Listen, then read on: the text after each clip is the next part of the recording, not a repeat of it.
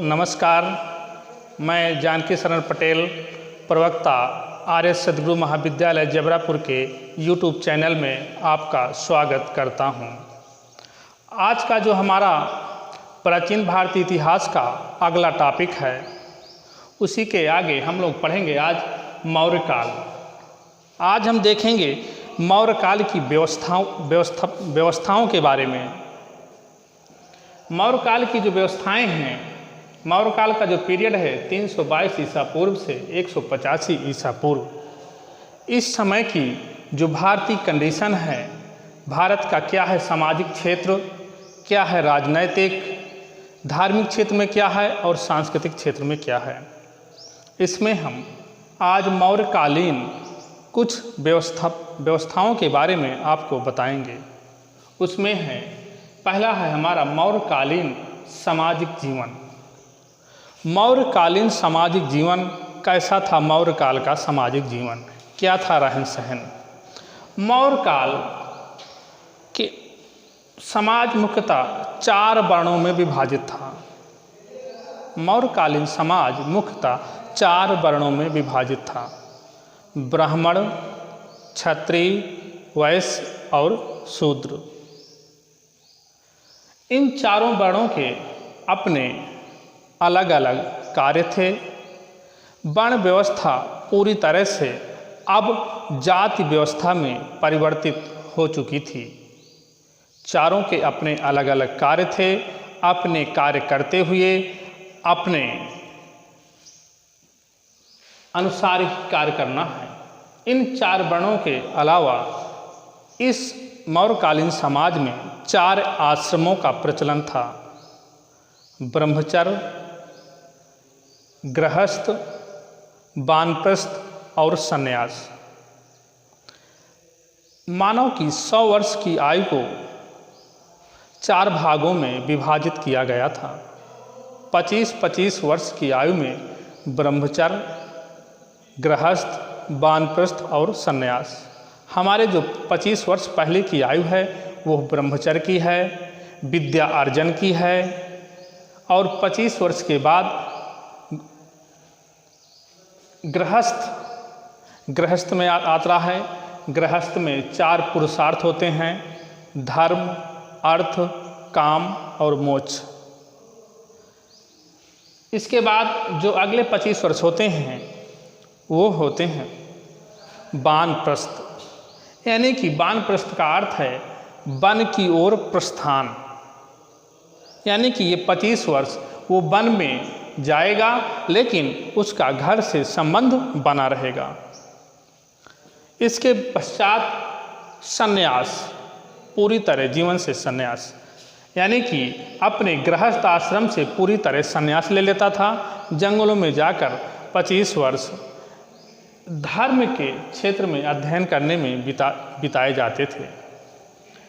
इस समय जो स्त्रियों की दशा थी समाज में बहुत उन्नत थी। स्त्रियों को समाज में सम्मान की दृष्टि से देखा जाता था। बाल विवाह का प्रचलन इस समय नहीं था। विवाह की जो उस समय की आयु थी वह लड़कियों के लिए 12 वर्ष और लड़कों के लिए 16 वर्ष। विवाह उस समय एक पवित्र संस्कार माना जाता था। इस प्रकार हमारी ये मौर्यकालीन सामाजिक जीवन होता है। इसके पश्चात हम मौर्यकालीन आर्थिक जीवन का अध्ययन करेंगे। मौर्यकालीन आर्थिक जीवन में आजीविका का मुख्य साधन कृषि था। मौर्य काल में आजीविका का मुख्य साधन कृषि था। कृषि में विभिन्न प्रकार के अनाजों का उत्पादन किया जाता था। पशुपालन भी होता था सीमित दायरे पर। उद्योगों में सूती, रेशमी वस्त्र बनाए जाते थे। हाथी दांत के आभूषण बनाए जाते थे जो स्त्रियां प्रयोग करती थीं।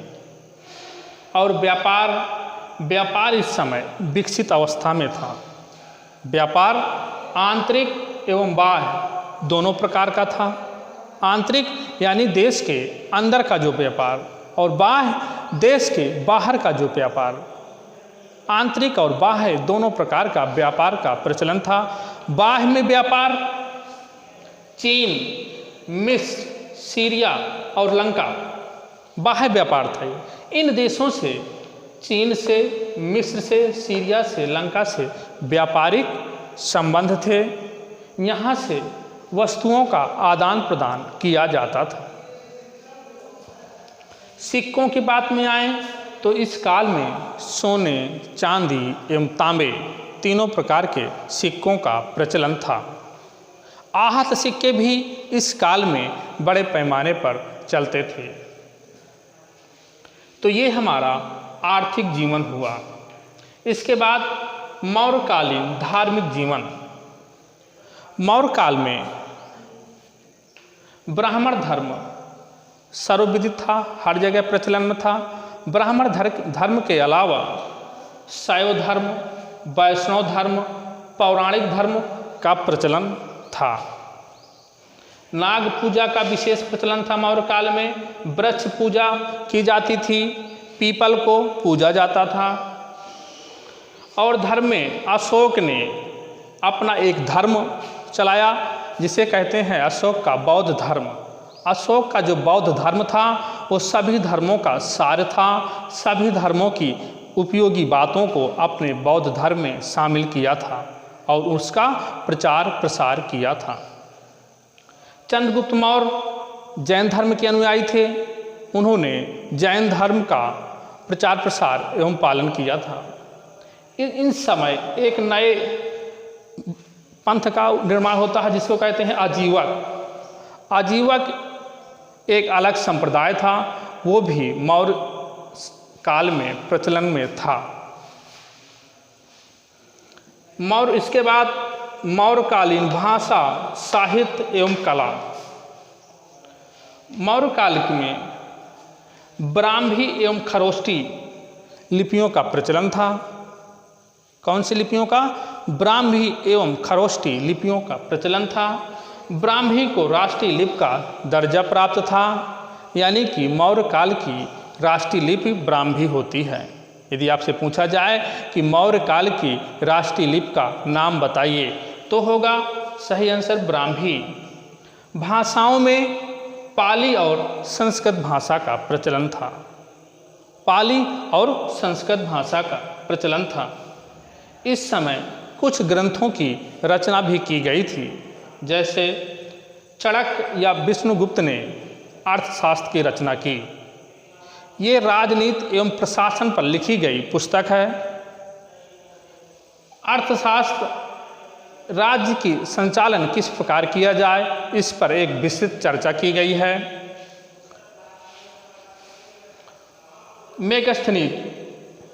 मेगस्थनीज ने इंडिका की रचना की थी, जो चंद्रगुप्त मौर्य के समय में भारत आए थे। इन्होंने एक ग्रंथ की रचना की जिसका नाम था इंडिका। सुबंधु ने इस समय वासव दत्ता की रचना की थी, वासव दत्ता। लेकिन एक अंतर और आप लोग जान लीजिए, स्वप्न वासव दत्ता यदि पूछा जाए तो वो भास की है और वासव दत्ता सुबंधु की है। और कला में चंद्रगुप्त मौर्य ने अनेक महल एवं राजप्रसादों का निर्माण कराया था। कला के क्षेत्र में चंद्रगुप्त मौर्य का बहुत बड़ा योगदान है। लेकिन मौर्य काल की जो कला पूरे राज्य में प्रसिद्ध थी वो थे अशोक के शिलालेख, गुहालेख और स्तंभ लेख। अशोक इतिहास में अपने लेखों के लिए जाना जाता है। उसके लेख हैं शिलालेख, स्तंभ लेख और गुहालेख। उन्हीं में एक है सारनाथ का स्तंभ। सारनाथ का स्तंभ जिसे भारत का राष्ट्रीय चिन्ह घोषित किया गया है। उसमें सबसे ऊपर 4 सिंह पीठ पर पीठ सटाए हुए बैठे हुए हैं। उन 4 सिंहों के नीचे 32 तीलियों का एक चक्र बना हुआ है जिसे धर्म चक्र कहा जाता है। और उनके नीचे चार पशु बैठे हुए हैं जो अशोक की चारों दिशाओं की विजय की सूचना देते हैं। ये चार पशु हैं घोड़ा, शेर, हाथी और बैल।